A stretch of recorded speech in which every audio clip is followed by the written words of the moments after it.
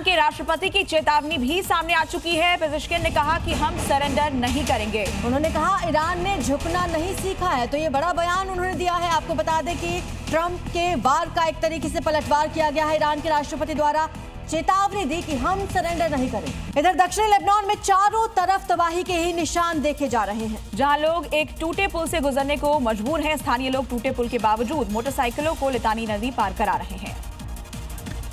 दक्षिणी लेबनान के ज़रारिएह इलाके में ये लोग टूटे हुए पुल से मोटरसाइकिलों को लितानी नदी पार कराने में मदद करते दिख रहे हैं। हालिया संघर्ष में इजराइल ने लितानी नदी के सभी पुल नष्ट कर दिए थे। पिछले हफ्ते हिजबुल्ला और इजराइल के बीच 10 दिन का युद्ध विराम लागू हुआ।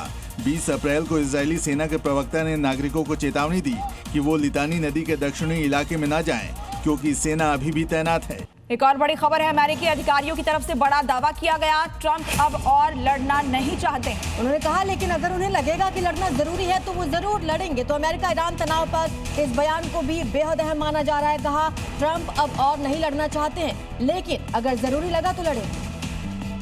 इधर अमेरिका के लॉस एंजलिस एयरपोर्ट पर एक शमीम माफी नाम की ईरानी महिला को गिरफ्तार किया गया है, जिस पर ट्रंप के गढ़ में रहकर ड्रोन और बमों की इंटरनेशनल लेवल पर डील करने का आरोप है। ईरान के खतरनाक हथियार इसमें शामिल हैं।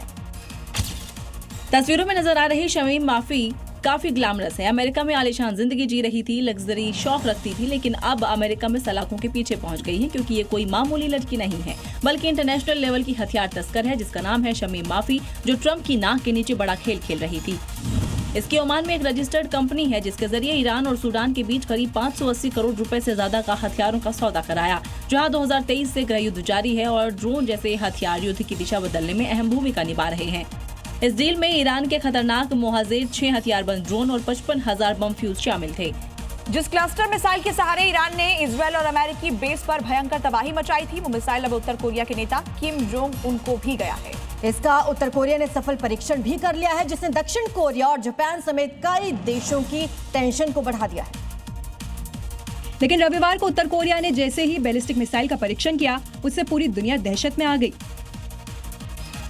सिनपो इलाके से समुद्र की ओर 5 बैलिस्टिक मिसाइलें दागते हुए उत्तर कोरिया ने हावसोंग 11 मिसाइल का परीक्षण किया, जो क्लस्टर बम वॉरहेड से लैस था।